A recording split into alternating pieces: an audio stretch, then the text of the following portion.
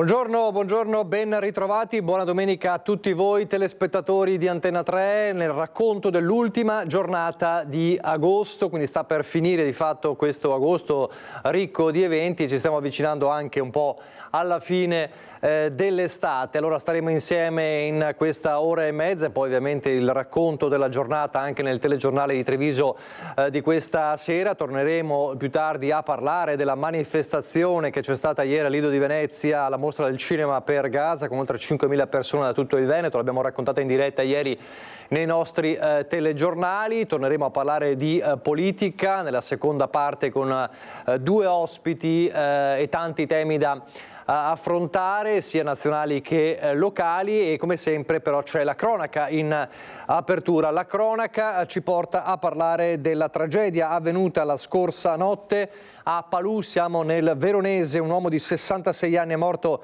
dopo essere uscito di strada con la sua auto. L'incidente nella tarda serata di ieri in località Palazzina, l'uomo ha perso il controllo della sua auto che ha finito la corsa in un fossato ribaltandosi. Un passante ha dato l'allarme, ma quando sul posto sono intervenuti i sanitari del SUEM 118 il 66enne purtroppo era già morto ed è la quarta vittima sulle strade veronesi nelle ultime 36 ore. È una piaga quella degli incidenti stradali che riguarda tutte le province del Veneto.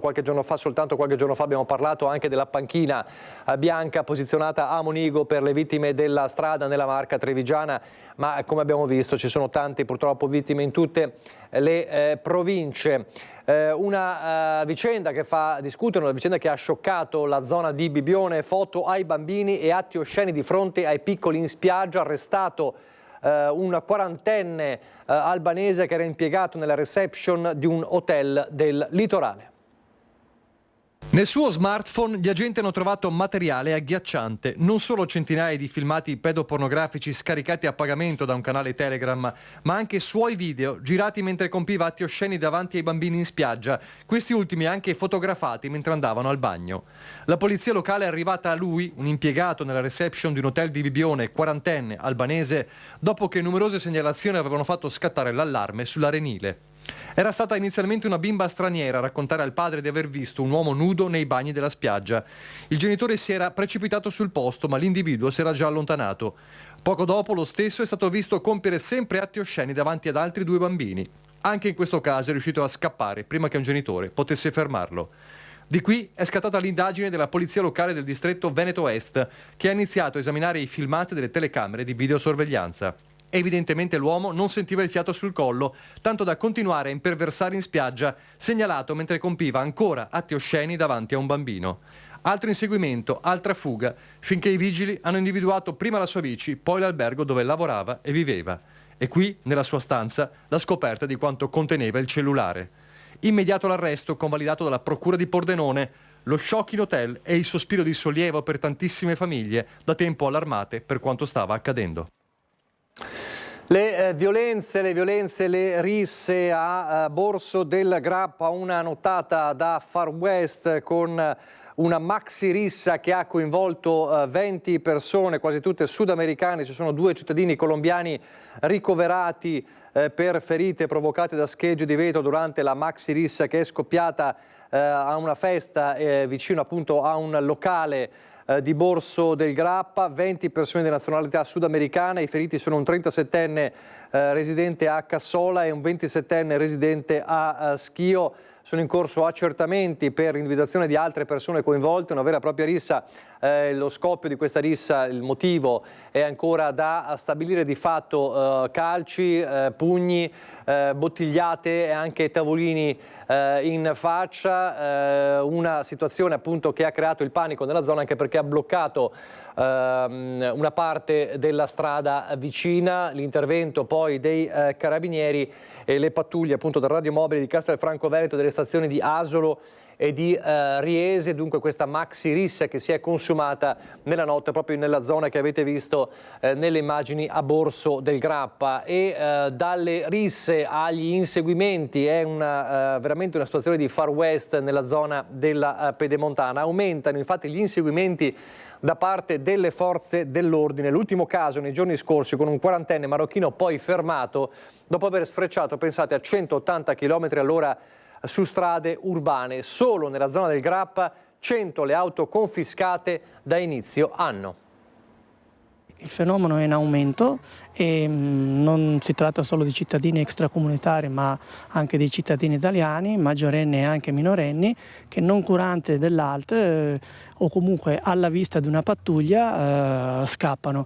I problemi sono tanti, sicuramente se uno scappa qualcosa da nascondere ce l'ha. Più che un dubbio è una cauta certezza quella degli agenti della Polizia Locale dell'Unione Montana del Grappa, da mesi alle prese con un vero e proprio fenomeno, quello degli automobilisti in fuga, persone che non solo saltano i posti di blocco ma pure accelerano se vedono avvicinarsi delle pattuglie. E questo comunque secondo me è dato anche dall'aumento della microcriminalità con la droga e tutto quello che ci va dietro, che comporta che tanti preferiscono non fermarsi e sperare nella buona sorte, ma la buona sorte non sempre ti aiuta. E i protagonisti, anche con i loro scooter, sono spesso giovanissimi, sottolinea il presidente dell'Unione Montana Paolo Mares, da una vita in comune a Castelcucco. Credo che tutto nasca da problemi non legati strettamente al codice della strada, quanto piuttosto a quello che è oramai il grosso problema che sta dilagando anche sulla pedemontana del Grappa. E sto parlando ovviamente dei Maranza e di quei giovani che imperversano sul nostro territorio. L'ultimo grave episodio lunedì pomeriggio a Cavaso del Tomba, con un uomo, non un Maranza in questo caso, che ha sorpassato a tutta velocità il mezzo della locale. Ne nasce un inseguimento durato per circa 20 km a forte velocità tra sorpassi azzardati e manovre molto pericolose.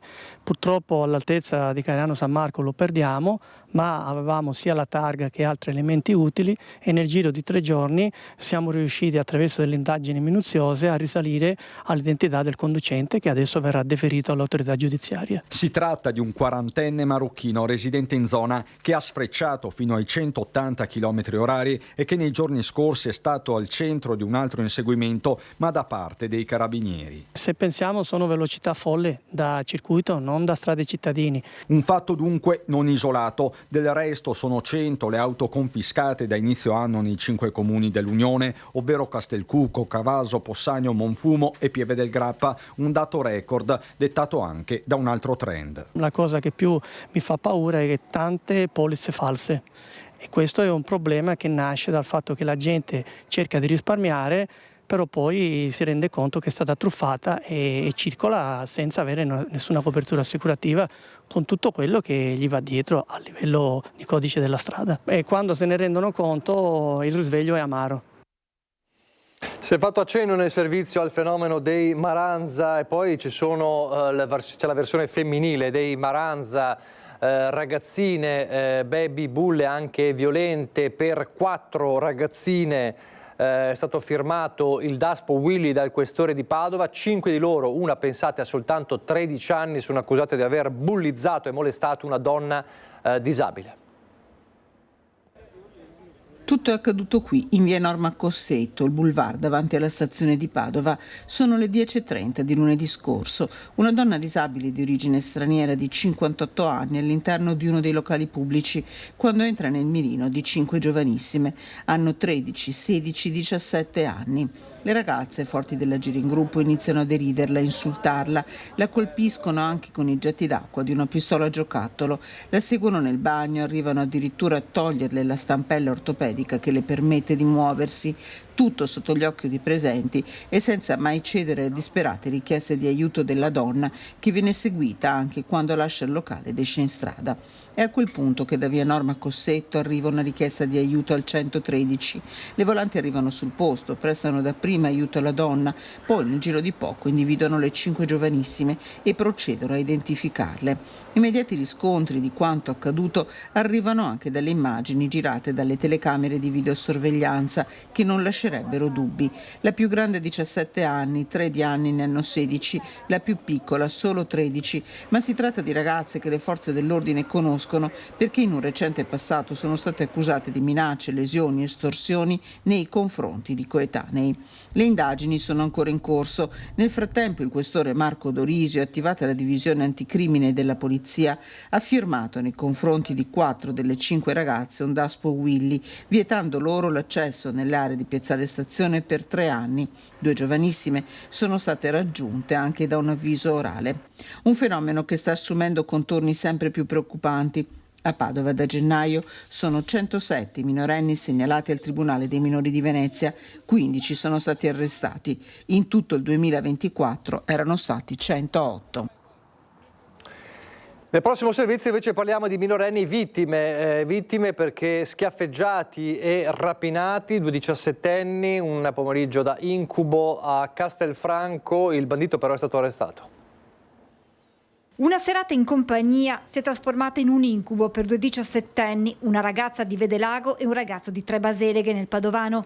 Si trovavano in via dei Carpani a Castelfranco quando all'improvviso sono stati avvicinati da un trentenne di origini marocchine senza fissa dimora e già nota alle forze dell'ordine che li ha colpiti con uno schiaffo.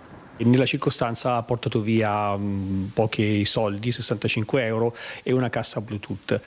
Nonostante lo shock per la rapina appena subita, i 2 ragazzi hanno trovato la forza per chiamare i carabinieri. La richiesta di aiuto dei ragazzi ha consentito ai carabinieri di trovare il giovane in prossimità e di arrestarlo in flagranza di reato. L'intera refurtiva è stata recuperata e sottoposta a sequestro, mentre il trentenne è stato condotto nel carcere di Treviso a disposizione dell'autorità giudiziaria. La tempestiva denuncia delle 2 vittime ha permesso ai militari di identificare in pochi minuti il presunto responsabile. Noi ogni giorno abbiamo circa un centinaio di pattuglie sul territorio, quindi è fondamentale la tempestività con cui viene chiesto aiuto e viene segnalato al 112 l'episodio per consentire appunto alle pattuglie di portarsi in zona e di poi risolvere il fatto in maniera efficace. 30 anni il malvivente arrestato dai carabinieri, 67 invece ne aveva Moreno Monetti, ex della Mala del Brenta, che fino a qualche settimana fa aveva compiuto e continuava a compiere furti o rapine. L'ultimo colpo a Santa Lucia di Piave, è stato trovato però morto nella sua abitazione a Camponogara.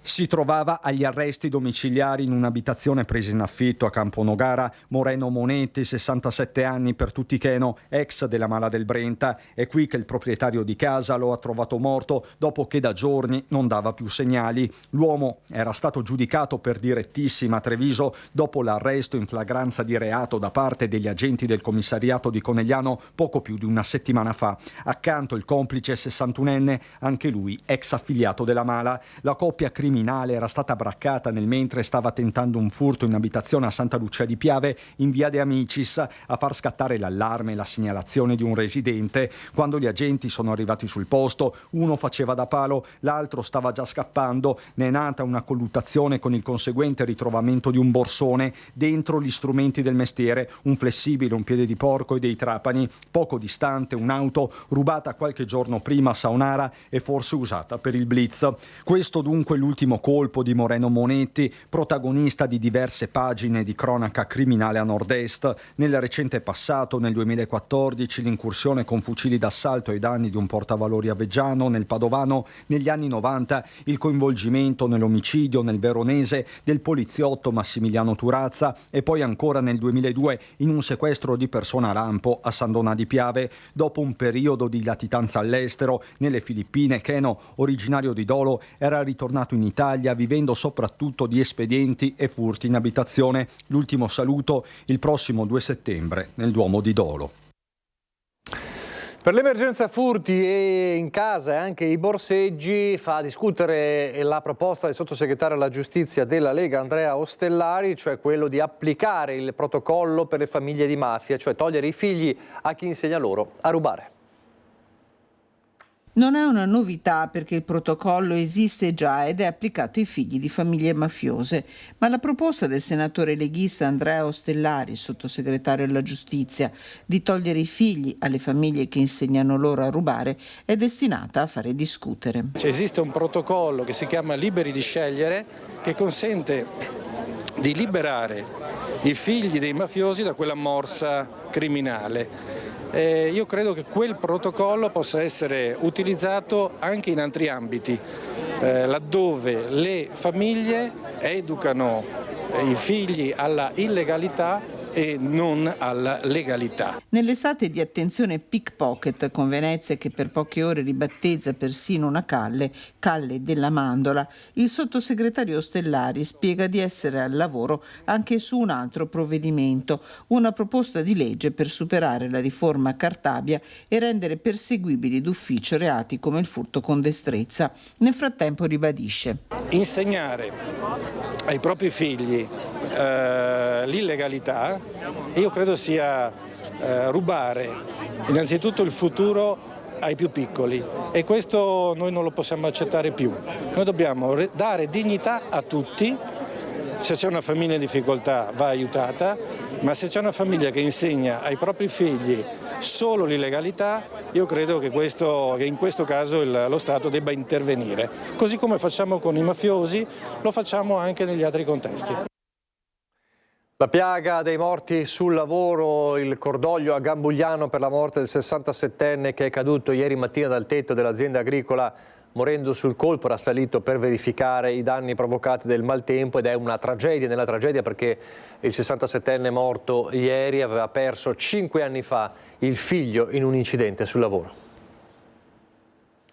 La tragedia sul lavoro a Gambugliano è avvenuta in un'azienda agricola che sorge sui colli in via Mondeo. A perdere la vita un imprenditore domiciliato con la famiglia che probabilmente a causa del maltempo delle ultime ore stava facendo una ricognizione dei danni sulle pertinenze agricole in condizioni più fragili. Solo la notte scorsa, poco distante da qui nel comune di Monteviale, una frana aveva costretto 3 famiglie ad evacuare l'abitazione.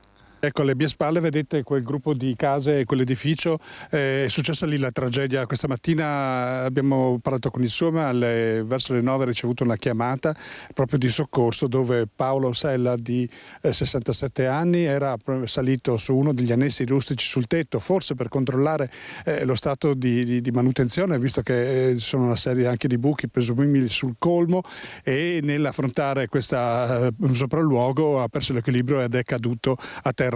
Immediato l'arrivo dei soccorsi inviati dal SUEM, ma ai sanitari sopraggiunti con un'auto medica non è rimasto molto da fare. L'uomo era già morto a causa dei politraumatismi riportati nella caduta. Sul posto presente anche la polizia locale che ha effettuato i rilievi e posto sotto sequestro il capannone come disposto dal magistrato. A vegliare il corpo del 67enne in attesa del nulla osta per la rimozione i familiari e i vicini che si sono chiusi nel riservo nel dolore.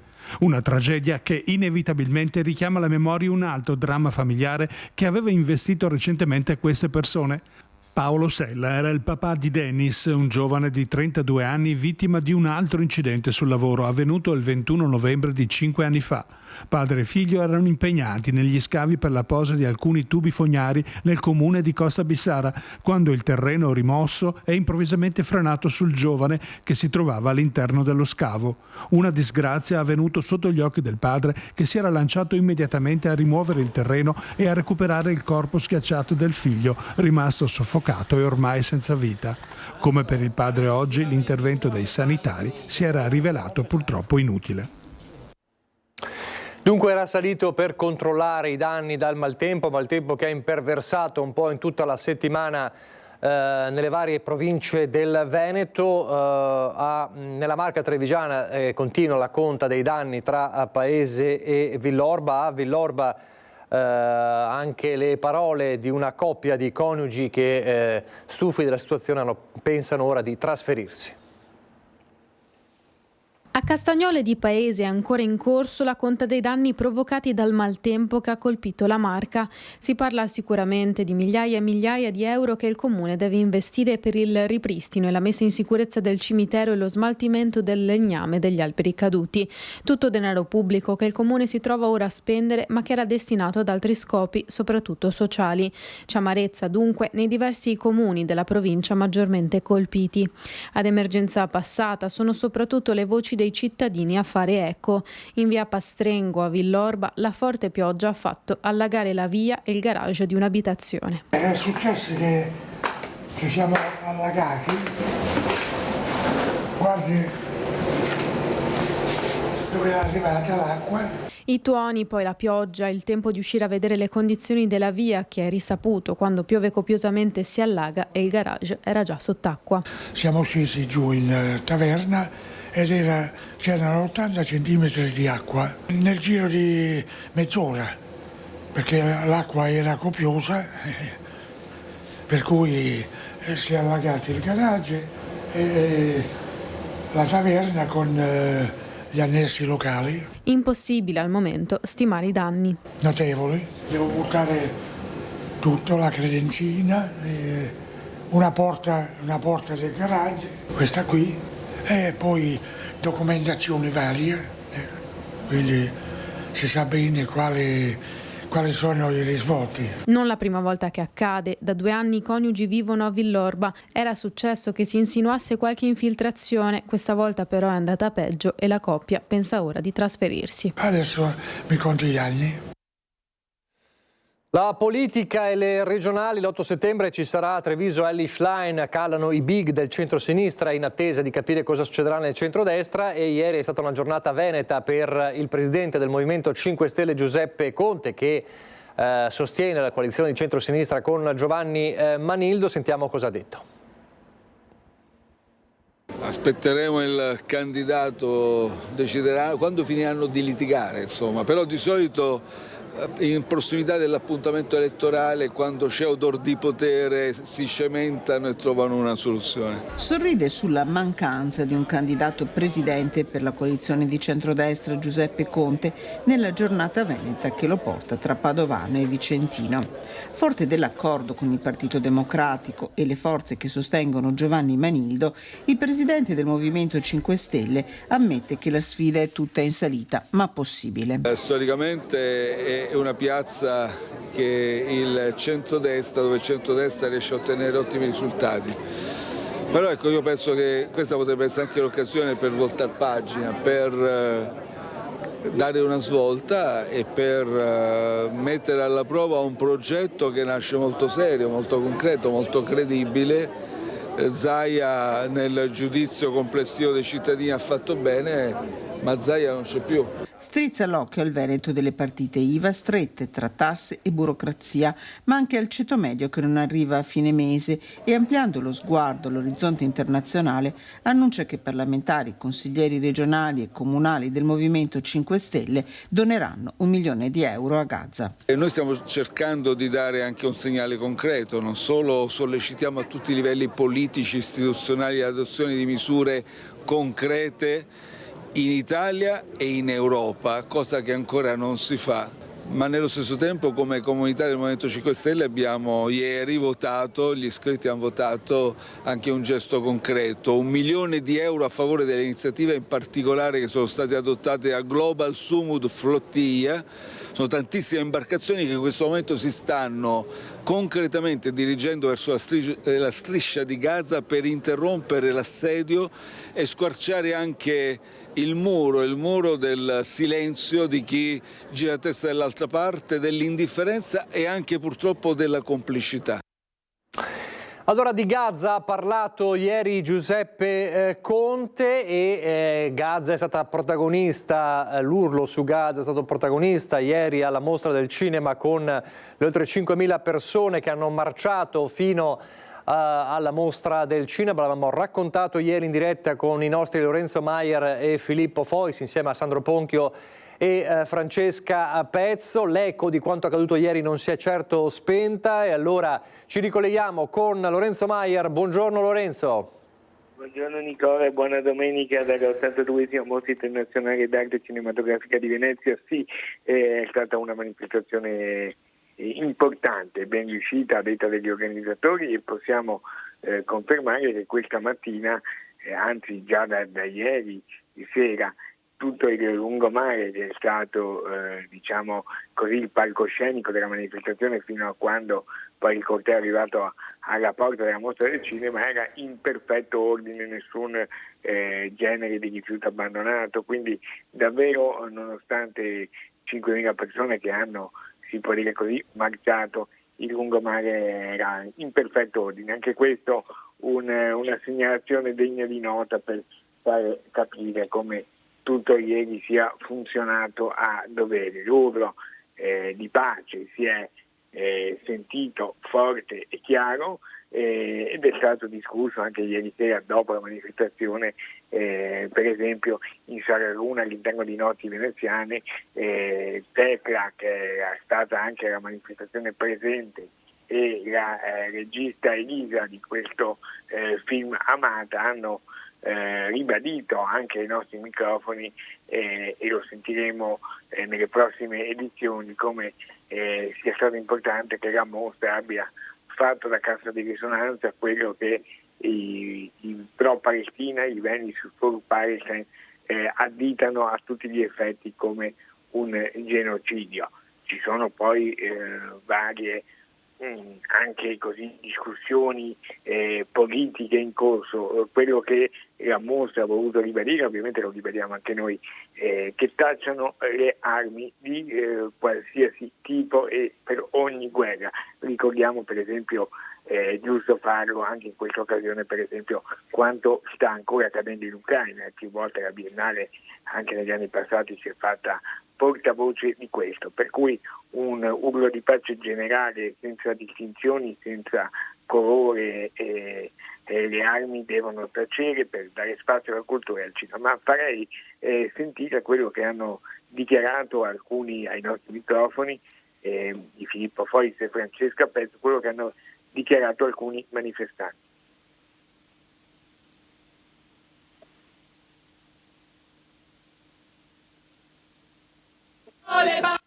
Che cosa c'era qua? C'era la bandiera di Israele, perché questa bandierone grande è un simbolo che noi abbiamo adottato come digiunatori per la pace, che avevamo cominciato a digiunare ancora lo scorso anno, e che rappresenta la necessità di accompagnare questo conflitto con un futuro di dialogo tra le parti. Non a caso la bandiera era composta di 4 bandiere, quella palestinese, quella israeliana, quella dell'ONU e quella della non violenza. Qualcuno non è piaciuta però la presenza, diciamo, visto che rappresenta il governo, forse che si sta contestando in questo momento. Allora le bandiere, purtroppo io capisco chi è vittima di violenza come chi abita in Palestina in questo momento, è difficile accettare la bandiera di Israele perché è sopra i carri armati ed è una situazione di violenza abbastanza pesante, ma io penso che noi dobbiamo avere una responsabilità, noi che abitiamo qui e che per nostra fortuna non viviamo quella tragedia, che è quella di tentare di costruire i ponti sempre e continuamente, perché c'è una parte di popolazione israeliana che non vuole questa guerra e che la sta manifestando e noi dobbiamo dialogare con loro. Allora, questo era il rappresentante di Pax Christi. C'è stato questo unico momento, insomma, un po' diciamo di tensione con quella bandiera di Israele strappata. Resta in linea Lorenzo, sentiamo le parole dei manifestanti, dalla politica agli attori.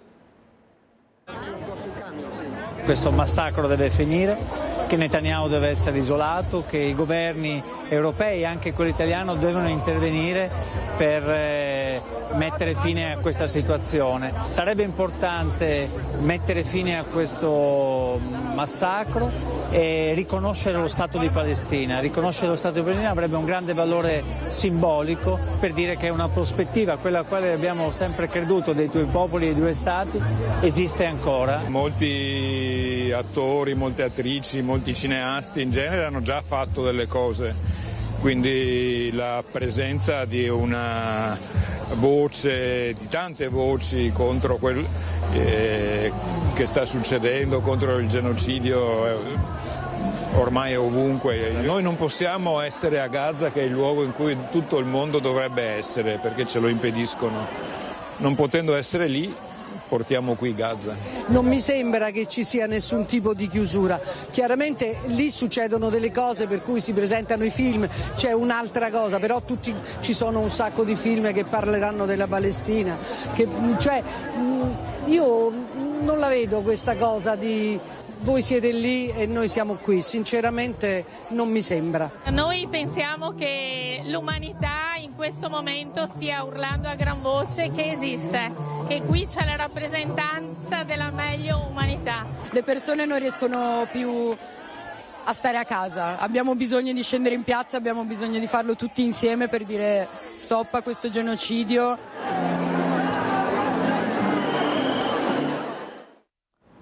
Allora, queste sono le interviste, questi sono i manifestanti, ma poi continua la mostra, Lorenzo, un'altra giornata importante quella di oggi. Nicola, poi ti volevo aggiungere che il Nord-Est sarà palcoscenico anche di altre iniziative anche nelle prossime settimane, che sono state annunciate e confermate proprio ieri. A metà settembre, quindi fra pochi giorni, una grande manifestazione a Vicenza proprio di questo corteo pro-Palestina e di questo gruppo pro-Palestine, e poi a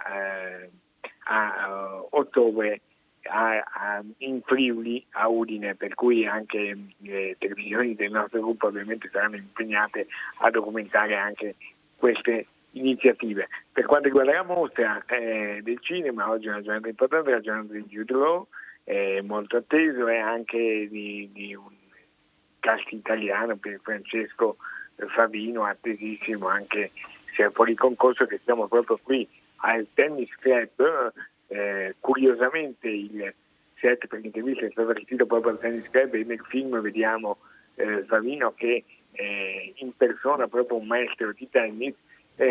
Siamo in attesa di intervistare Pier Francesco Favino e tutto il cast. Contiamo questa sera poi di farvelo vedere in anteprima con un'intervista dedicata, quindi una giornata importante, la domenica della mostra. Il film ieri è stato applauditissimo, anche il film di Francesco Rosi su Napoli, un documentario, e quindi il cinema italiano è un grande protagonista, ma poi il Judo, un grande star internazionale. Da questa mattina, già dalle 7 erano i fans in attesa davanti all'Eccelsior, perché nel primo pomeriggio ci sarà la conferenza stampa. Domani Bellocchio, tanti altri grandi maestri di cinema. Comunque una giornata interessante, possiamo dire una delle due giornate clou, perché il sabato e domenica il centrale della mostra è sempre stato la punta, ecco, anche per quanto riguarda le presenze, ovviamente, anche se anche nella seconda parte del festival, che la seconda parte si aprirà domani per andare poi alla finale che si concluderà sabato 6, anche nella seconda parte avremo tantissime star. Il direttore Barbera ha voluto proprio distribuire il calendario affinché ci fosse una costante attenzione. Ultimissima cosa, prima di far vedere il servizio su Frankenstein, sul logo protagonista della mostra, anche con la Valle dei Sorrisi, un altro film italiano in orizzonti. Per completezza di cronaca do un'informazione che non c'entra, e lo voglio dire chiaramente, non riguarda la manifestazione di ieri sera, ma nella tarda serata, poco prima di mezzanotte, c'è stato un incendio qui al Lido, alla filiale della banca Unicredit. Non un qualcosa di doloso, non un qualcosa di voluto da parte di qualcuno, ma l'incendio ha creato un grande trambusto a pochi metri dalla mostra, con vigili del fuoco impegnati, un condominio di persone che è stato temporaneamente evacuato nel cuore della serata. Poi nella notte tutti sono rientrati, non c'è stato alcun problema. Però, allora Lorenzo, grazie di questa informazione. Prima che lanci il servizio sul Frankenstein e poi sul secondo film italiano in concorso, ti volevo chiedere, visto che ormai siamo a metà, al giro di boa, la domanda classica che ti faccio a metà strada, il Toto Leone? Il Toto Leone. Io do la classica risposta che ancora ovviamente non si sono visti da italiani. Speriamo che qualche italiano prenda qualche premio importante. Sta convincendo molto Bugonia di Lantimos, ma era previsto, e le sorprese sono dietro l'angolo, ma tifiamo perché qualche italiano conquisti, che entri nel palmarès, anche se Barbera proprio alla vigilia ha così un po' cercato di stemperare la tensione del risultato, dicendo ognuno, i film non possono piacere a tutti, in giudizio soggettivo, l'importante è che vada tutto bene. Certamente, certo, poi i premi diciamo sono relativi, ma insomma, quindi tu dici che Bugonia ha delle buone aspettative di Yorgos Lanthimos con Emma Stone. Direi di sì. Allora io ringrazio Lorenzo Maier. Grazie Lorenzo Maier, poi stasera vedremo il tuo servizio sulla giornata di oggi, allora lo lancio io. Grazie Lorenzo, vediamo intanto proprio il servizio di Lorenzo Maier con un altro film molto atteso, quello di Guillermo del Toro, che rilegge, insomma non è certamente l'ultimo a rileggere il mito di Frankenstein, ma poi è stata anche la giornate, sono state giornate del secondo film italiano in concorso. Grazie Lorenzo. È il giorno dei grandi maestri in regia all'82esimo Mostra Internazionale d'Arte Cinematografica di Venezia di Guillermo del Toro con il suo Frankenstein, ma anche del secondo film italiano in concorso con Sotto le nuvole del nostro Gianfranco Rosi. È un qualcosa che è più di un sogno, quasi una religione. Sono stato cresciuto da cattolico fervente, non capivo molto bene questa storia dei santi e quando ho visto Boris Karloff sul schermo ho capito quale poteva essere l'aspetto di un messia. Per me era importante realizzarlo in modo diverso, su una scala diversa, che potesse in qualche modo colpire tutto il mondo. C'è poi per Orizzonti La Valle dei Sorrisi di Paolo Stripoli, con nel cast attori importanti come Romana Maggiore Vergano e Michele Riondino. È emozionante, è un festival che oltre ad essere un festival prestigiosissimo, è anche un festival molto importante per me. Io lo frequento da quando sono bambino come spettatore, no? È nato come un progetto di passione nostro in un momento in cui affrontavamo il vuoto post scuola e il vuoto tira fuori nel privato un dialogo con le proprie, con le proprie sofferenze, no? E ci siamo chiesti se potessimo cancellare le cose brutte che sono accadute o stanno accadendo nella nostra vita così, in maniera istantanea, dando un abbraccio a un'altra persona, sapendo comunque di fargli male, lo faremmo? C'è un cast di attori che ringrazierò per sempre perché si sono lanciati con me nell'ignoto. Venezia è un vortice, com'è stato questo vortice? Per ora bello, tra l'altro non piove nemmeno, quindi almeno ci grazia con il sole. No, è sempre entusiasmante, c'è una grande energia di cinema, di bellezza. Un saluto ai telespettatori di Antenna 3 Media Nord-Est, spero che il film vi piaccia, spero che lo vediate, La Valle dei Sorrisi dal 17 settembre al cinema. A proposito di eventi, prima di tornare poi ai temi anche della politica, fra poco la seconda parte della nostra prima edizione, c'è molta attesa per la grande processione che il 21 settembre vedrà sfilare la Madonna dei Miracoli per le strade di Motta di Livenza alla presenza del Patriarca di Gerusalemme, il Cardinale Pizzaballa, e quindi densa di significato come cerimonia non solo per l'importanza della cerimonia stessa della processione, ma anche visto quello che sta accadendo. Abbiamo appena visto e parlato di Gaza ed è un evento che Antenna 3 seguirà in diretta. Si è voluto ringraziare la Madonna per averci riportati alla pace dopo la prima guerra, ricordando che proprio qui in Basilica è stato cantato il primo Te Deum per la fine della guerra, il primo Te Deum di tutta la nazione. La processione della Madonna dei Miracoli di Motta e le invocazioni per la pace. Sintesi di spiritualità ma anche della consapevolezza di quanto sia fragile l'umanità. E lo si vede nelle piccole violenze quotidiane, negli atti di bullismo, nella violenza alle donne, ma soprattutto nei tanti conflitti aperti in diverse parti del mondo. Per questo la pace sarà l'invocazione più forte e sentita della processione di quest'anno giubilare. La terza domenica di settembre, il 21 prossimo, sarà una grande, importante giornata per il santuario. La tradizione ci ha consegnato una processione ogni 25 anni, è un momento straordinario che esprime in modo singolare la devozione di tutta la zona, di tutto il territorio.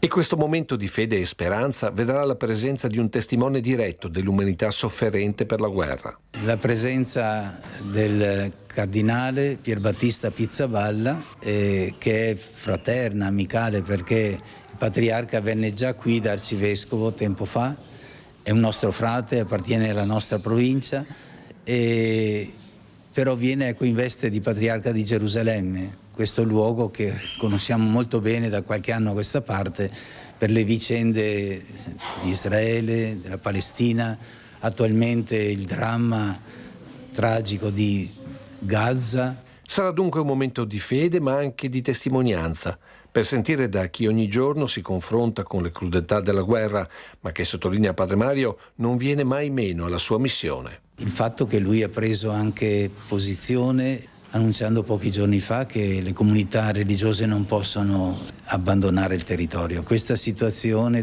incandescente che il patriarca in prima persona sta vivendo, per la sua esortazione da tempo appunto a pregare e per la pace e al dialogo tra quei popoli, la sua presenza ci indurrà proprio a caratterizzare la processione in buona parte come supplica per la pace. Pace in Europa, ne abbiamo bisogno, pace in queste nazioni tormentate dal conflitto, pace nel mondo. Torneremo fra pochissimo a parlare di Gaza, sarà uno dei temi che affronteremo nella parte politica con i nostri ospiti. Prima però vediamo un altro servizio che riguarda l'economia con l'allarme della CGA di Mestre. Non si trovano operai specializzati, 4 colloqui su 10 vanno deserti. Poi pubblicità e ripartiamo con la politica. Il disallineamento tra domanda e offerta di lavoro si sta accentuando sempre più, in particolar modo nel Veneto. Carpentieri, gruisti, fresatori, saldatori, operatori di macchine a controllo numerico computerizzato. In Veneto gli operai specializzati stanno diventando introvabili e 4 colloqui su 10 finiscono deserti. Poco più della metà dei 127.000 nuovi posti di lavoro disponibili in regione da qui ad ottobre sarà di difficile reperimento. Lo sostiene l'ufficio studi della CGA di Mestre sulla base degli ultimi dati di Unioncamere e del Ministero del Lavoro e delle Politiche Sociali. Questa situazione si sta aggravando perché dopo il periodo del Covid tra i giovani è sempre più diffusa la ricerca di occupazioni caratterizzate da elevati livelli di flessibilità oraria. Inoltre, tali candidati mostrano una limitata disponibilità ad accettare incarichi con tempi di lavoro prolungati o condizioni lavorative particolarmente gravose dal punto di vista fisico. Anche altre cause contribuiscono a ridurre la disponibilità di forza lavoro. Innanzitutto la denatalità e l'invecchiamento della popolazione, ma è anche rilevante sottolineare come molti giovani non possiedano le competenze tecniche e professionali richieste, in particolare nel settore manufatturiero, un fenomeno che conferma lo storico divario che persiste tra formazione scolastica ed esigenze del sistema produttivo. Sono dinamiche che stanno causando gravi difficoltà a numerose piccole imprese, le quali incontrano crescenti ostacoli nel reperire figure professionali altamente qualificate nell'edilizia, nella meccanica, nel legno, nel tessile, nell'abbigliamento e nelle calzature. I settori dove è sempre più difficile reperire operai specializzati riguardano l'edilizia e il manufatturiero, in particolare nelle filiere del legno, del tessile, abbigliamento, calzature e della metalmeccanica. Le più colpite dal fenomeno sono le imprese di piccole e piccolissime dimensioni. Insomma, gran parte dei distretti produttivi veneti sono a rischio tenuta per la carenza di manodopera specializzata. Allora siamo di nuovo in diretta alla seconda parte della nostra prima edizione, come sempre dedicata alla politica. Io saluto e ringrazio per essere con noi in questa ultima giornata di agosto Antonella Tocchetto, Partito Democratico. Grazie, grazie dell'invito. Alessandro Manera, Lega, vice sindaco di Treviso, buongiorno. Buongiorno, grazie dell'invito. Tocchetto ufficialmente in corsa con il Partito Democratico per le regionali. L'altro giorno sono state ufficializzate tutte le liste per le regionali. Manera, lapsus freudiano. No, Freud non c'entra niente. Manera dice di no, non lo sappiamo perché ancora non sono state ufficializzate le liste. Per cui... Però penso parlo per un amico che sono io. No, guardate, ho fatto. Ma a volte non dipende da lei, può non dipendere dal soggetto. Io devo scrivere da qualche parte, sì, accetto, quindi credo. Va bene che può essere scritto neanche in piccolo. Se arriva una chiamata di Stefani. No, perché ma lo dico sinceramente, ho fatto io so anche un caso particolare, ho fatto le comunali nel 2023, le europee nel 2024. Che non sono facili. Sì, e ho preso 18.000 voti, che è andata anche molto bene sul primo non eletti. Cioè, onestamente da vice sindaco andare a chiedere ancora i voti per un'altra cosa in 3 anni, i cittadini e anche gli amici mi dicono scusa, ma ti fa... Insomma, non è molto, fosse stato più lontano nel tempo probabilmente, però questa condizione lo chiude, lo chiude definitivamente come discorso. Fra poco ci arriviamo alle regionali, però prima volevo fare un flash perché se ne è parlato. Antonella Tocchetto era ieri al Lido, l'abbiamo vista, un flash su quanto accaduto ieri, 5.000 persone, nel frattempo è partita la spedizione di flottiglia che vuole quelle 50 imbarcazioni più o meno che vogliono rompere l'assedio di Gaza, e poi sarà da capire cosa accadrà, perché nella prossima settimana dovrebbero arrivare proprio alla striscia di Gaza. Allora, 5.000 persone, non ci sono stati problemi, c'è una richiesta forte, insomma, un po', no? Allora, io sono andata perché penso che la situazione di Gaza sia talmente terribile che è giusto essere presenti quando ci sono le manifestazioni, anche se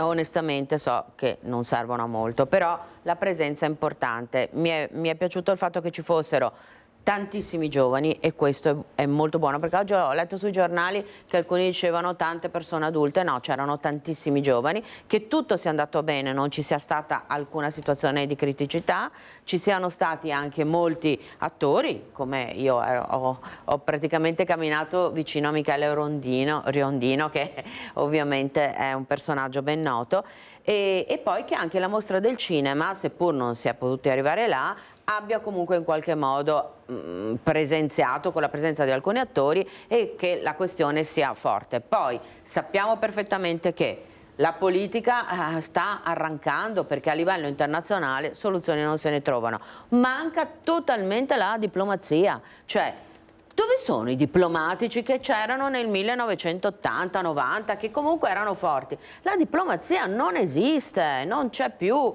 e quindi questa situazione qua comporta che noi cittadini, è una massa di cittadini che sta manifestando. Tra l'altro ieri, devo dire, tra i tantissimi interventi ho apprezzato in maniera incredibile uno dei medici per Gaza, che credo fosse anche uno che lavora con Medici Senza Frontiere, che ha descritto quello che arrivano, le immagini dei medici che sono lì, anche italiani, che stanno cercando di intervenire in situazioni drammatiche con persone che vanno a prendere il pane e muoiono oppure perdono i bracci e gli arti. Ecco, questo è, come dire, un modo per sottolineare per l'ennesima volta in una platea così importante come il Festival del Cinema di Venezia che c'è una situazione gravissima, molto poco lontano da noi, perché insomma, come dire, Israele e Gaza non sono certamente lontanissimo dall'altra parte del mondo, e che qualcosa bisogna fare, che ci auguriamo che smetta, che finisca.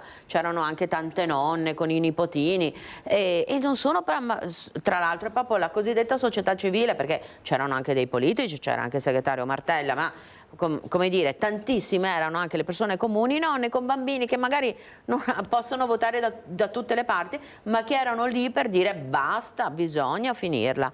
Ecco, questo è un messaggio che spero sia arrivato anche nel modo pacifico in cui è stato gestito, perché se si discute per la pace bisogna essere noi per primi, come dire, dei pacifisti.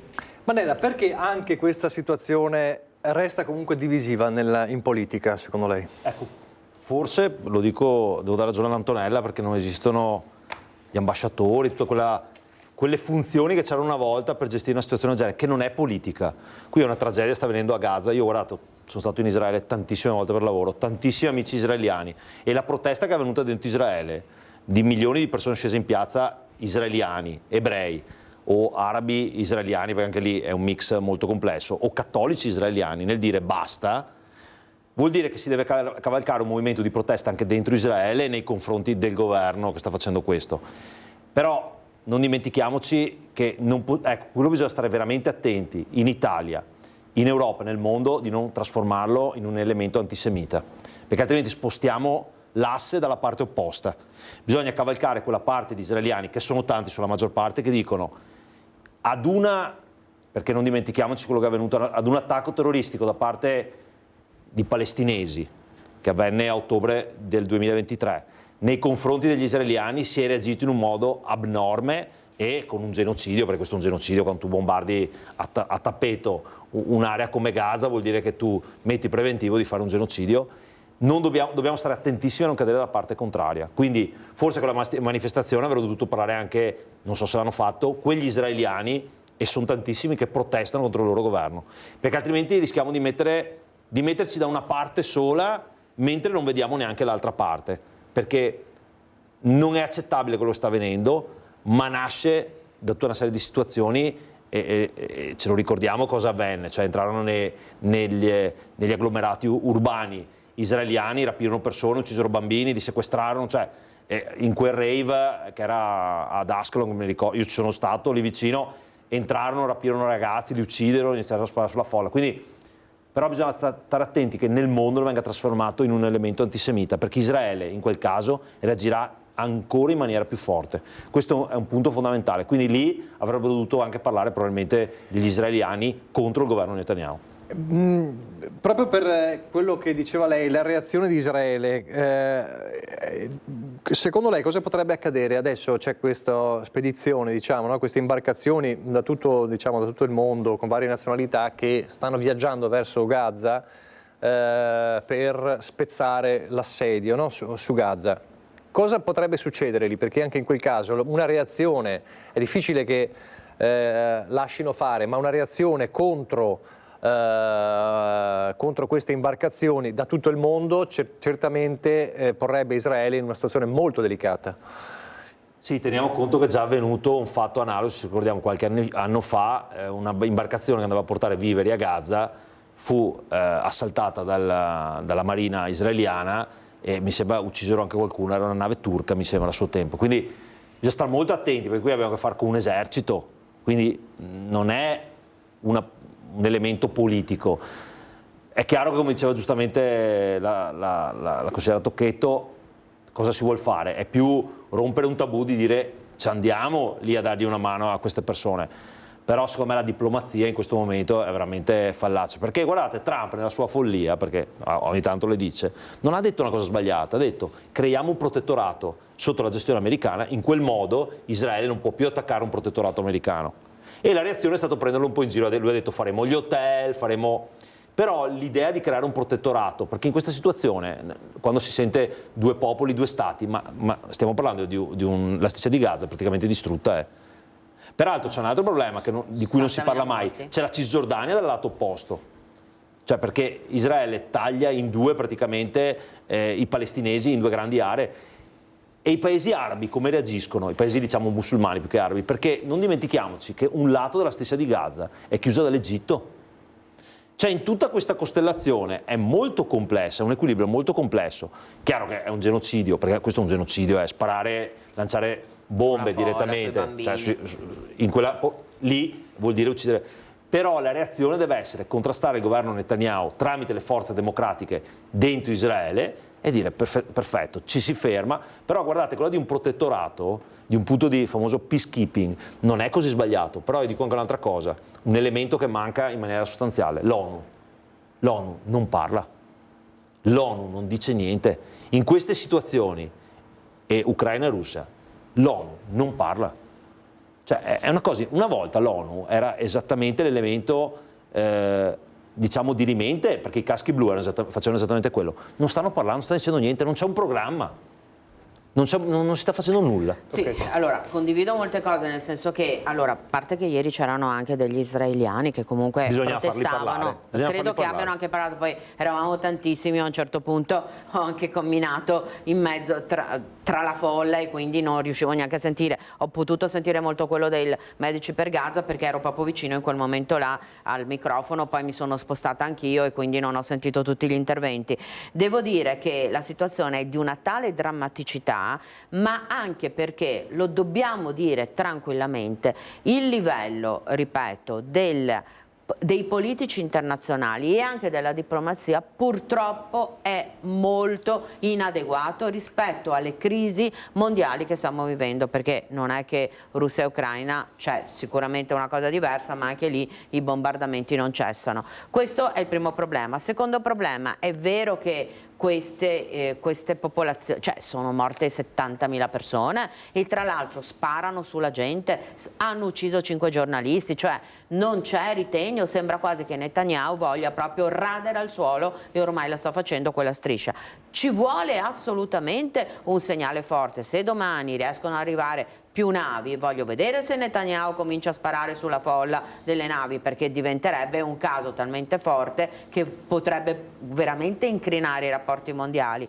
Io penso che sia necessario che la diplomazia in tempi rapidissimi intervenga e sono molto preoccupata da quel punto di vista lì perché non vedo segnali. Certo è che non possiamo più accettare che ogni giorno ci siano morti civili che vanno a prendere il cibo, quel poco cibo che gli arriva, e vengono trucidati. Ecco. Oppure l'ospedale, che è successo 5 giorni fa. Quella è una cosa inaccettabile. Ecco, poi che cosa possiamo fare? Noi cittadini comuni poco possiamo fare, ma possiamo cercare di mobilitare le cittadinanze di tutta l'Europa, di tutto il mondo, affinché ci si fermi. Capisco che è molto complicato, poi ci possono essere i protettorati, ci può essere l'ONU. In questo momento qua, secondo me, nessuno è all'altezza di risolvere questioni così complicate. Per chiudere, i paesi arabi mi sembra che anche loro stiano molto a guardare, perché gli interessi sono talmente forti che stanno a vedere chi sta vincendo. Non mi sembra molto interessante il loro modo di trattare questa situazione alle porte di casa, veramente credibile dal punto di vista umanitario. Sì, solo una cosa, allora non cadiamo sull'errore che continuiamo a fare da anni nel dire Netanyahu. Cioè, Netanyahu ha grandi responsabilità. Sì, però Israele è un paese democratico dove la Knesset viene eletta, il Parlamento viene eletto, dove lui viene eletto. C'è un mandato internazionale su di lui. Sì, però non dovrebbero destituirlo, sì, se il governo fosse forte lo potrebbero anche destituire. Però è un paese democratico Israele. Certo. Il problema è che c'è ma una lui destra, non è democratico. Ma non è, il problema è che c'è una destra in Israele che ha una visione, un'estrema destra conservatrice, e gli ortodossi sono tantissimi, che ha una visione bellicosa e belligerante, a differenza di tutto un mondo moderato. Che però non riesce a rovesciare il governo anche nella democrazia, perché se sei democratico ma sei anche uno che uccide, voglio dire, la democrazia deve avere anche gli anticorpi. Non continuiamo a fare l'errore in questa diplomazia mondiale di trovare è lui, come se quando parliamo della democrazia americana parliamo è Trump, cioè è un mondo grande che ha degli interessi grandi. Ma c'è una persona che rappresenta questo mondo e questo mondo che c'è un mandato internazionale. Se non c'è Netanyahu c'è qualcun altro. Ma certo, destra, no? non stiamo parlando della Repubblica delle Banane, cioè adesso non è che tolto lui, perché altrimenti cadiamo nell'errore, potrebbe essere uno peggio. Sì, ma non possiamo pensare che lui non esista. Esiste, c'è un mandato di cattura internazionale e su questa persona qui le criticità sono forti e potrebbe essere destituito. Quello sicuro. Cioè, noi abbiamo per carità, non succede, speriamo non succeda mai in Italia, ma c'è una sostituzione, c'è una Costituzione che ci permette di destituire una persona, un Presidente della Repubblica che magari avesse delle idee strane, e così spero anche che ci sia negli altri stati. In questo momento qua lui dovrebbe essere destituito, questo è il minimo. Sì, ti dico, non cadiamo nell'errore, potrebbe essere uno peggio. Poi sono mondi molto delicati sicuramente. Però è una democrazia Israele, attenzione che non stiamo parlando di uno Stato retto da così. E quindi dobbiamo lavorare con la parte democratica di Israele che vuole mandarlo a casa, ecco, questo dico. Allora, andiamo con l'ultima pubblicità, così poi andiamo dritti filati fino alla fine e cambiamo argomento, fra pochissimo. Di nuovo in diretta con i nostri ospiti, c'è un altro tema di cui si è parlato in questi giorni ed è il tema che riguarda un po' il lato oscuro degli uomini e dei mariti sul web. È iniziato tutto con quella terribile pagina Facebook e c'è un'inchiesta in corso con i mariti che facevano girare foto delle loro consorti a loro insaputa, commentandoli insieme ad altri uomini, e poi ha alzato il velo tra le prime Alessandra Moretti, la europarlamentare del Partito Democratico, per questo forum che prendeva foto di personaggi noti, giornaliste televisive, politiche, cambiando poi le loro fattezze e con atteggiamenti volgari, e c'era questo forum sessista che è stato chiuso. Insomma, che accade? Insomma, ancora una volta parliamo di un sottobosco particolare, no? Che riguarda un po' il web e riguarda un po' gli uomini. Posso dire che una situazione di uno squallore indefinibile. Primo perché nella famiglia, anzi c'era quella intervista di quella signora che ha detto vabbè, alzo le mani e lo mando fuori di casa, che il marito pubblicava le sue foto da 4 anni e lei non sapeva niente e lo scopre per caso. Io non so, ma che razza di rapporti ci sono nelle famiglie? Cioè, io che lo faccio anche per mestiere facendo l'avvocato, ho qualche idea. Le è mai capitato una cosa del genere, di qualche moglie che ha scoperto cose del genere? No, mi è capitato, no, di questa cosa qui no, devo dire la verità, però mi è capitato i tradimenti classici. Io uso molto i social sui tradimenti classici perché siccome il genere maschile a volte è un po' troppo superficiale, si scoprono, per esempio ho trovato 2 tradimenti via TikTok. Io guardo i social per lavoro. Attenzione, Io guardo i social Tocchetto. per lavoro perché fanno i video e non si rendono conto che quel video lì è molto Ma è compromettente. una cosa solo degli uomini o anche delle donne? No, per me è sempre capitato per gli uomini. Io ho verificato che un signore diceva che era da una parte, invece su TikTok era da un'altra parte quella persona e probabilmente pensava che TikTok li guardassero solo i ventenni. E allora attenzione che... Per quello che riguarda la situazione credo che sia gravissima. Tra l'altro da domani alla Mostra del Cinema di Venezia parte quel forum che fa sempre Alessandra Moretti e Batwoman e si parlerà anche di questo tra l'altro, e l'utilizzo anche delle figure pubbliche da appunto la Meloni alla Moretti, così prendiamo in mezzo tutti, credo che sia abbastanza allucinante. Cosa dire? Perché c'è questo... Voi siete due uomini, quindi lo posso chiedere a voi. Però io trovo che ormai le donne si stiano avviando su un percorso veramente, seppur difficile, di grande emancipazione. Insomma, le vediamo capi di governo, bravissime sindache, ottimi assessori, consiglieri regionali, via dicendo. Però questa essere pruriginoso dell'uomo non si perde, non si lascia, anzi sotto sotto diventa sempre più forte. Sembra quasi che ci sia una difficoltà maschile di poter reggere una competizione lavorativa, di familiare, ma anche politica, che poi si rifugia su queste cose qua. Lo trovo veramente di un grandissimo squallore, però certo che noi donne e le donne non è che possono passare la loro vita a sospettare di chi hanno a fianco, sia se hanno dei competitor politici, sia hanno delle persone che usano la loro immagine pubblica, fino a ancor più grave, colui con il quale io condivido la vita familiare e che scopro che mi filma se io sto in canottiera facendo magari il caffè latte per i figli. Ecco, lo trovo, anzi la cosa che mi ha veramente lasciato con l'amaro in bocca è che uno di questi signori ha detto: ma è un gioco. Ma è un gioco, tu usi l'immagine pubblica della tua donna, è un gioco. Tra l'altro la sua insaputa. Quindi... È un gioco, io trovo che sia una risposta, non so se più grave, più banale, più stupida, più incommentabile. Ecco, confido molto sul pool di avvocati che sta lavorando per trovare le modalità con una class action per intervenire. So che anche la Moretti ha interpellato alcuni legali, soprattutto nell'ambito penale, e la stessa Bernardini De Pace, che oggi sul Corriere della Sera dice che ha un'idea molto interessante dal punto di vista penale, perché qui c'è il penale tra l'altro, per l'utilizzo anche delle immagini altrui senza alcun diritto, e che si potranno vedere appunto delle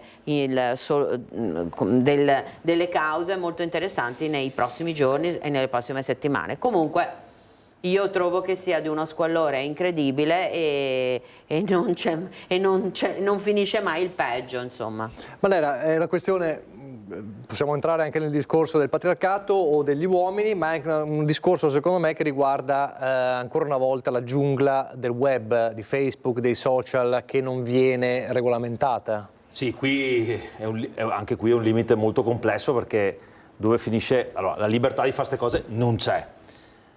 Quanto c'è l'effetto scherzo per qualcuno che poi viene mal interpretato da altri, anche qui bisognerebbe aprirsi un tema.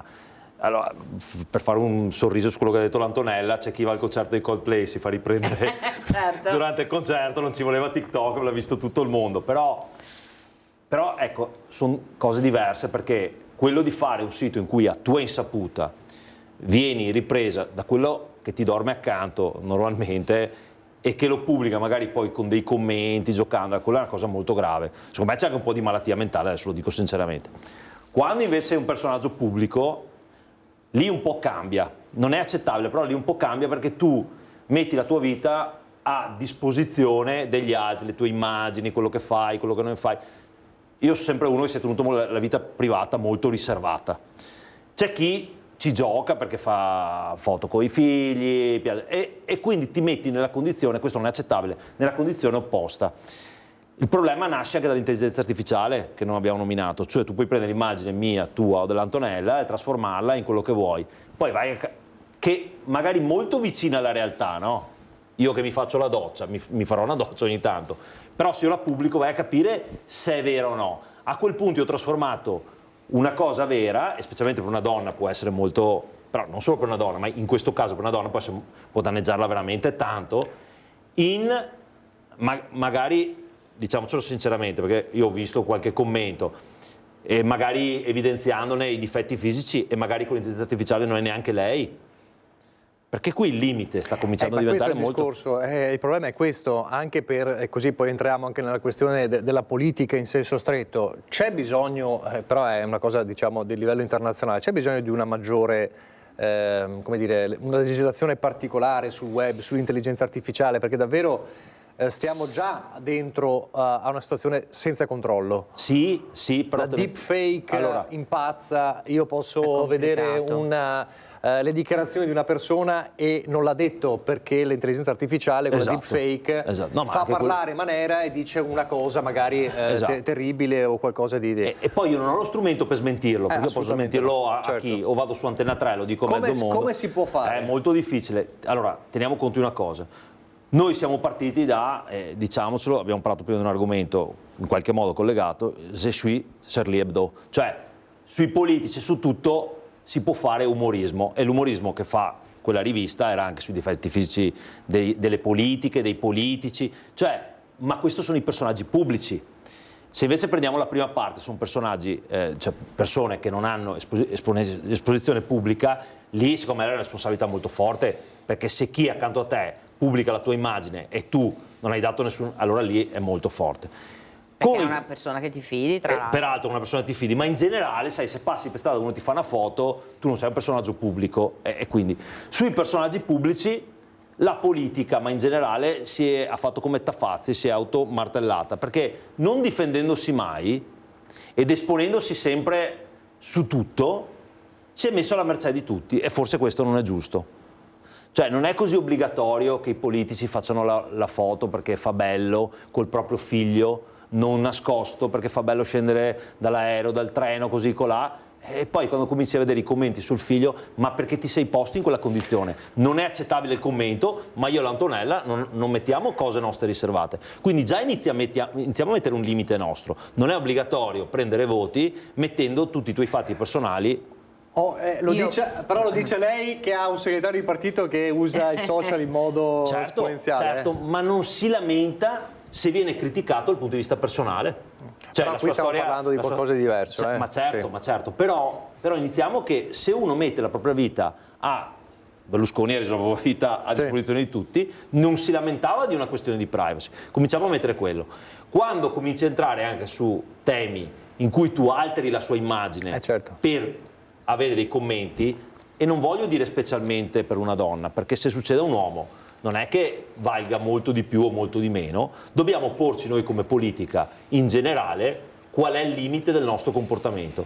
Cioè, adesso hai parlato dei politici del passato, cioè Craxi, adesso dopo, quando è morto, la sua vita non è stata quella di uno stinco di santo, però non ha messo questo in piazza dal punto di vista personale. I presidenti francesi, gli ultimi 2 o 3, diciamo, qualche problemino l'hanno avuto dal punto di vista personale, però è chiaro che quando lo poni, cosa diversa per una donna essere oggetto anche di prurigine sessuale, cadiamo. Che per fortuna non succede agli uomini politici, perché guarda caso è sempre da una parte, cioè ci sono sempre le donne, ma sui politici, ma per fortuna non esiste. Scusa, politici maschi. Però, se posso, è che è un po' uscito dalla politica. Quando Giuliano Ferrara pubblicava qualche sua immagine e faceva politica, i commenti sul suo peso forma non erano proprio così buoni. Abbiamo visto Borgia, il caso Borgia in questi giorni. Però e quello può essere per una persona, legislativa è molto complicato, perché tu devi avere una parte legislativa di livello internazionale, è complicatissimo, prima cosa. Secondo, posso dire,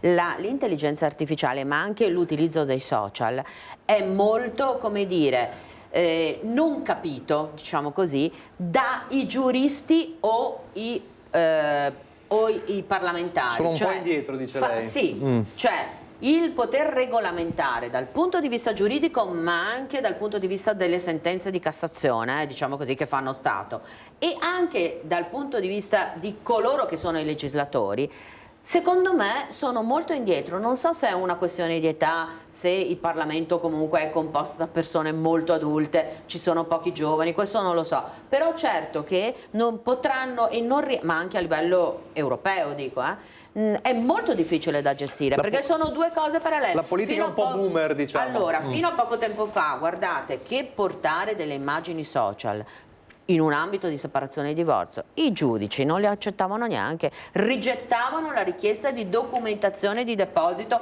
dei video. Adesso cominciano ad adeguarsi. Ecco, bisogna anche che parallelamente ad un mondo che viaggia a 100, perché l'intelligenza artificiale credo sia fatta anche molto dai giovani ragazzi che hanno, come dire, che usano benissimo queste cose, deve essere parallela però anche con chi le regolamenta e anche con chi deve poi decidere sull'immagine degli altri, che è il potere giudiziario. Ultima. È difficilissimo bloccare chi lo genera, certo. Tu devi sanzionare chi lo mette in onda come diciamo sarà così, in questo caso perché, delle donne. Perché ti faccio un esempio, domani mattina l'Antonella, parliamo delle regionali, se 2 giorni prima del silenzio elettorale io faccio uscire un video dove lei parla e con l'intelligenza artificiale lo stravolgo, lei come fa a ribattere? Certo. Gli posso fare un danno? Sull'argomento che abbiamo detto prima. Anche la smentita diventa impossibile. Le faccio un danno pazzesco. Certo. Allora tu puoi sanzionare solo chi, però lì, con tutta onestà, tu sei un giornalista, anche sull'ordine dei giornalisti. Ma qui non è i social non c'entrano con il giornalismo. Sì. Noi abbiamo un codice deontologico, insomma, che ogni tanto, diciamo, qualche cantonata lo prende. Certo, questo io me lo ricordo, sicuro, qualche campagna elettorale 3 giorni prima delle uscite, e dopo scordiamoci il passato. Però è proprio difficilissimo da regolamentare. Sì, molto complicato. Perché però sarà da posso farlo in Italia, ma poi se l'immagine va in Austria... Certo, però se l'immagine viene messa in onda online... certo. Perché parliamoci chiaro, sono E Facebook, Instagram, TikTok, hanno dei gruppi profili fake. Hai un punto di riferimento. Molti sono profili fake anche. Certo. Quindi... Fatemi parlare un secondo della politica, delle regionali. Abbiamo parlato di Salvini. Allora, lei continua a dire che sta alla finestra, lei sta alla finestra a guardare che accade. Volevo chiedere una cosa. Si sta facendo un gran parlare, torna un po' in auge il buon Vannacci, insomma, segretario federale, vice segretario federale, insomma, della Lega, con tanti team Vannacci che stanno nascendo un po' anche a supporto. Scioglierà le riserve, secondo lei? Che ruolo avrà nelle regionali? Va in Veneto? Sì. No, credo che non avrà un ruolo. Lui aveva detto che ci pensava. No, ma a scendere in campo per le regionali. Sì, però credo che andare a prendere le preferenze sulla regione, su una provincia è diverso che a livello delle europee, dove hai bacini d'utenza immensi. Però non ha preso poco alle europee, sì, in Veneto. Sì, no, ma certo, ma è diverso perché i tuoi concorrenti lavorano su una provincia, è molto diverso, sono persone conosciute nel territorio. Tu quando fai le europee avevi una lista da 16 su 11 milioni di abitanti, quindi chi andava tanto in televisione nazionale contava tantissimo. Andiamo a vedere chi hanno eletto, bravissima la Cisina che è anche un'amica, però lei andava tantissimo in televisione nazionale come Vannacci e chiaramente hai un'esposizione per prendi i voti da Zocca vicino a Modena a Trieste e quando mai c'è andata lei a Zocca vicino a Modena? Cioè è che l'effetto televisivo è molto più alto dei social peraltro, conta molto di più, molto di più, attenzione a questo. Sulla provincia, quando tu devi andare a Treviso a scalzare i voti dell'Antonella, cioè devi farti il giro dei bar per andargli a toccare i suoi voti, quindi è molto diverso. Chiaro, un po' di voti li puoi avere, ma lì vai da Galeano, vai da Villanova, vai da quelli che da Canerva, questi qui sono persone che curano il loro territorio in un certo modo e quindi i voti sono molto personali, sono più simili a un comune perché sono a livello provinciale che a un macro voto di opinione, è molto diverso, però se si mette in campo gli auguro il meglio. Stavolta non siamo uno contro l'altro, nella stessa lista, quindi buona fortuna. È un valore aggiunto secondo lei? Allora io l'ho sempre detto così, allora secondo me in Veneto lui non è stato un valore aggiunto. Cioè per l'elettorato che ha la Liga Veneta, che è molto zaiana, molto molto bilanciata, io ogni volta che devo andare da qualche parte, ma che anche Vannacci mi diceva ma come mai te ho messo? Cioè te ho messo come se l'avessi messo io. E dicevo puoi votare me, perché mentre non so in Emilia Romagna ci ha dato un valore aggiunto, cioè il collegio era era molto grande, ci ha dato un valore aggiunto, in Friuli ci ha dato un valore aggiunto, in Trentino Alto Adige ci ha dato un valore aggiunto alla Lega. Secondo me in Veneto, lo dico seriamente, abbiamo perso forse qualcosina, perché lui va a prendere un elettorato tenendone fuori un'altra parte che è molto più moderato. Cioè chi vota il governatore Luca Zaia, l'ha votato dandogli il 50% alle ultime regionali, tende a non votare Vannacci. È poca la sovrapposizione, perché è un elettorato diverso, di persone molto diverse, molto più moderate. Poi guardate, peraltro io l'ho conosciuto, è una persona, sì, adesso parte la parte televisiva, molto preparata, non stiamo parlando di una persona insomma, che urla così colà, però secondo me l'elettorato non è molto sovrapponibile, cioè, lo dico sinceramente, quindi e poi posso dire anche un'altra cosa, a me piace anche che le elezioni abbiano temi, persone e condizioni territoriali. Se dopo ci lamentiamo la gente non va a votare, ma se io il mio consigliere regionale non risponde che ho eletto nella provincia di Treviso, quando ho un problema non risponde a me, ma è un'entità astratta che chissà dov'è. Questo l'ha fatto il PD alle politiche, per esempio, ha eletto molti parlamentari, che uno è l'ex sindaco di Torino, un altro è di qua, un altro di là, ma non rispondono al territorio. A me piace una cosa molto territoriale. Ci sta ancora attendendo il famoso incontro romano. Si dice ormai che la partita sia verso la Lega, non lo sappiamo ancora. Si fanno due nomi, Stefani e Bitonci. Pensavo Manera. Vabbè, se lei non si mette in gioco, se lei non si mette in gioco. Allora, da quello che guarda alla finestra, secondo lei meglio Stefani o Bitonci? So che non mi risponderà mai, però meglio Stefani o Bitonci, allora, secondo lei? Sono due persone molto diverse, secondo me sono molto diverse. A me piacerebbe, a sto punto, tra i due, preferirei Alberto Stefani. Ma no perché Bitonci è anche uno che segue il rugby, mi piace tantissimo. Però secondo me ha uno sprint ormai di un altro tipo, cioè, rispetto a Stefani. Cioè, è diverso, ha già fatto il sindaco, è andato via, cioè è una cosa diversa. Stefani affronterebbe la regione in maniera diversa, lo dico sinceramente. Cioè in modo migliore? Sì, perché... Più vicino al territorio? Sì, esatto, perché quando tu hai fatto anni sul territorio, dopo quando cambi è difficile ritornare. Poi è bravo, Bitonci, è una persona bravissima, però tra i due io preferirei Stefani. Adesso domani titolo contro. Si prepari un po' di telefonate. No, ma scusa, in un mondo in cui nessuno risponde mai a niente, non ho detto che uno è un mone e uno è un genio. Certo, tra i due mi piacerebbe di più Stefani. Quale piacerebbe di più? Beh, allora noi siamo pronti con Giovanni Manildo. È già partito da un mese. Ci si chiede, basta questo vantaggio? Allora, la cosa importante, penso, perché andando anche in campagna elettorale in questi giorni, anche loro sono abbastanza in difficoltà sul fatto della data. Io penso che la prima cosa che dovrebbe fare Zaia, anche lunedì mattina, intanto dare una data, è il 16, il 23. Si parla del 9 addirittura. Quello che sarà, però insomma tra il 16 e il 23 o il 9 decida una data, questa è la prima cosa. Per quello che riguarda noi tra l'altro abbiamo anche la festa democratica dal 4 settembre al 14 a Prato della Fiera a Treviso, dove ci saranno molti parlamentari, dalla Rachele Scarpa allo stesso Fassino, di cui che per poi torna a Treviso dopo 3 anni, lo rivediamo. Sul territorio ci sarà sicuramente. Noi abbiamo delle proposte molto chiare, quindi rispondo anche all'assessore Manera, abbiamo delle risposte molto chiare perché abbiamo un programma già scritto e fatto e stiamo lavorando sia dalla sanità alle infrastrutture e tutto quanto ne consegue. Certo che questa come dire, tiramolla non aiuta tantissimo, ma anche loro. Poi dopo siamo consapevolissimi che il Veneto non è di centrosinistra, quindi il nostro lavoro sarà molto complicato perché noi dovremmo portare e far transitare la proposta di un Veneto diverso in una regione che stabilmente non è mai stata di centrosinistra.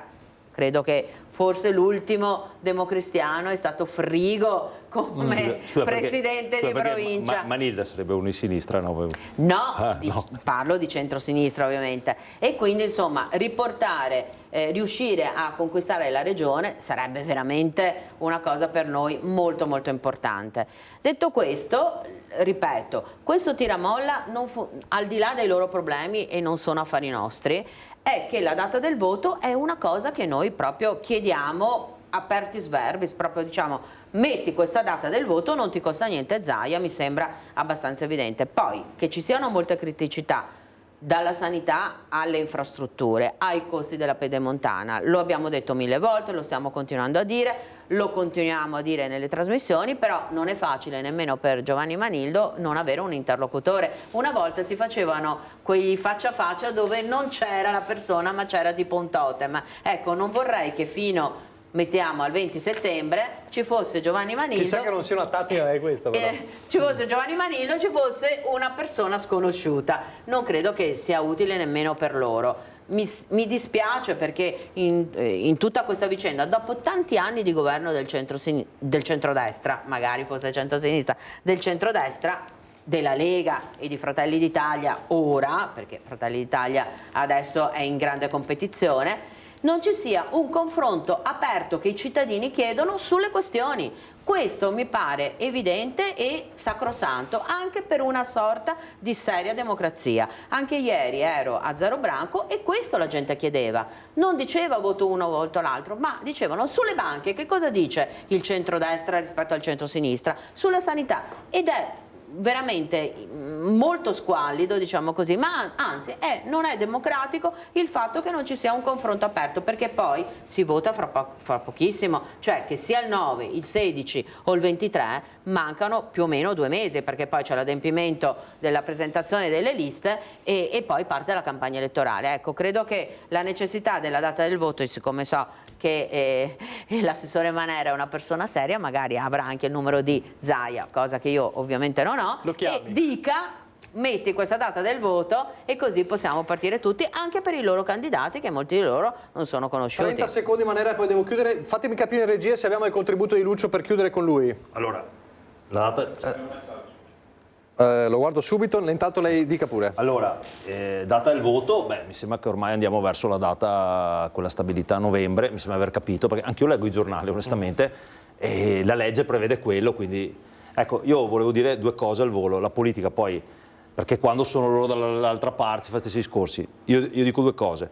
Primo, spero che il PD vada malissimo, lo dico sinceramente, ma malissimo, però devo andare bene. malissimo, però auguro all'Antonella grande fortuna, perché guardate, devo ringraziare dei tanti candidati che io vedo, no, lo dico, ma insomma, noi litighiamo praticamente su tutti, litighiamo su tutto, però questo le auguro insomma di essere l'unica eletta peraltro. Ecco, e volevo dire una cosa che poi non c'entra con la politica, ma che la politica, soprattutto l'amministrazione disettante, è andato in pensione ieri Lorenzo Traina, vero. il segretario generale che è stato di Treviso, di Padova, con Bitonci, della regione Veneto in questo momento. Un giorno fate uno perché guardate che è una delle persone che, volente o nolente, nella struttura organizzativa di quello che sono comuni, province, ha avuto un suo grande peso e una grandissima persona di competenza. Quindi la politica fa molto anche a livello amministrativo, perché esistono le persone, quindi faccio in bocca al lupo. Grazie a Alessandro Manera e Antonella Tocchetto. Grazie mille per essere stati con noi. Andiamo subito da Lucio Zanato, che ha seguito la cerimonia delle Penemozze, al Bosco delle Penemozze a Cesena di Valmarino. Sì, ecco, è terminata da qualche istante la cerimonia per il 54esimo raduno qui al Bosco delle Penemozze a Cesena di Valmarino. Sono con Giuseppe Rugolo, che è il presidente dell'associazione Anna Montegrappa, che ha tenuto il discorso, e sono anche con Marco Piovesan, che è presidente del comitato che gestisce proprio il Bosco delle Penemozze. Giuseppe Rugolo, lei ha parlato di alpini che guardano comunque al futuro, anche se molti pensano che con queste cerimonie si guardi solo al passato. No, anzi è proprio il contrario. Questa cerimonia è l'unica di tutte le cerimonie dell'Associazione Nazionale Alpini che proprio per i suoi presupposti guarda avanti. Ho utilizzato il termine metafora, questo bosco è metafora dell'alpinità, perché queste piante, questi alberi hanno radici ben profonde, piantate per terra a significare la forza appunto dell'alpino. Il fusto è veramente determinazione in quello che si deve fare, e i rami e le foglie sono l'espressione di quello che noi stiamo facendo, sempre proiettato in avanti. Dopo l'inverno, dopo la caduta delle foglie e l'inverno, il bosco torna sempre a germogliare. Questi sono gli alpini. Ecco, proprio per questo, da questa dimostrazione, voi avete fatto un intervento importante quest'anno al Bosco delle Penemozze. Sì, l'intervento di mantenimento di tutto il bosco e di tutta la struttura. Abbiamo tagliato gli alberi purtroppo che erano andati avanti, però con i ragazzi delle scuole abbiamo piantumato nuovi alberi, nuove gemme, proprio per dare vita, continuare la vita all'interno del bosco. Ecco, un altro momento importante è stato il ricordo di Beppo Benedetti. Ecco, Beppo Benedetti rappresenta l'espressione del bosco delle Penemonze, radici ben profonde nella sua simetta, nella sua sezione Conegliano, forte dei suoi principi di alpino fino al midollo, però espressione di tutta l'alpinità in tutta Italia, era l'alpino nazionale Beppo Benedetti. Mentre il prossimo anno siamo a 55 anni del Bosco delle Penemonze, quindi una grande manifestazione con un grande ricordo. Sicuramente sarà la cerimonia solenne, quindi parteciperà tutto l'anno nazionale, avremo l'invito totale ed è 55 anni di impegno che continua con la prospettiva di continuare ancora per tanti altri anni. Ecco, durante la celebrazione del vescovo, presieduto dal vescovo Battocchio, c'è stato anche un richiamo alla pace inevitabile in questi momenti. Un richiamo che sarà sicuramente riportato anche la prossima settimana, e qui chiamo di nuovo in causa Giuseppe Rugolo, perché la settimana prossima saremo sul Monte Tomba. Certamente la 66esima edizione del pellegrinaggio alpino del Massiccio del Grappa sul Monte Tomba, e lì verrà forte un richiamo alla pace unitariamente a tutti i rappresentanti delle nazioni che si sono combattute nella prima guerra mondiale, con l'alzabandiera, con la deposizione Corona che rappresenta tutte le nazioni, e lanceremo un grido importante perché finiscano le guerre. Va detto che è una celebrazione davvero unica, perché c'è una rappresentanza di tutti i popoli che proprio sul Tomba si sono combattuti. Certamente dal novembre del 1917, dopo la rotta di Caporetto, attraverso le 3 battaglie d'arresto dello solstizio a giugno del 18 e poi quella di Vittorio Veneto, il Tomba fu uno dei tratti più delicati del fronte. Lì si immolarono le giovani vite di italiani, francesi, anche cecoslovacchi, da una parte e dall'altra, austro-ungarici, tedeschi e quant'altro. E adesso noi li ricordiamo tutti insieme, perché è giusto così, per ricordare che la guerra è una cosa assurda. Un accenno al fatto che viene ricordata anche una donna.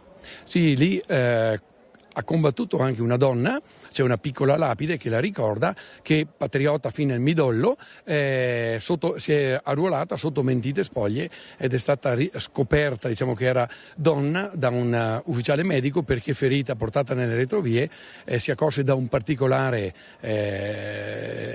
dell'alluce del piede, mancavano i tipici peli del maschio, e scoprirono che era una ragazza, si era arruolata, fervente patriota, e viene ricordata. Ecco, racconteremo tutto questo, perché ricordiamo che noi andremo in diretta dalle 9:30 di domenica prossima proprio dal Monte Tomba, perché ci sarà questo grande abbraccio di popoli che fino a ieri si sono combattuti e oggi invece stanno tutti quanti assieme, un buon segnale che dovrebbe partire dal Monte Tomba proprio per la pace nel mondo. E qui da Cison di Valmarino al momento è tutto, a te la linea. E allora grazie a Lucio Zanato, ci fermiamo qui, vi lascio al meteo e poi al film Il Passato, arrivederci.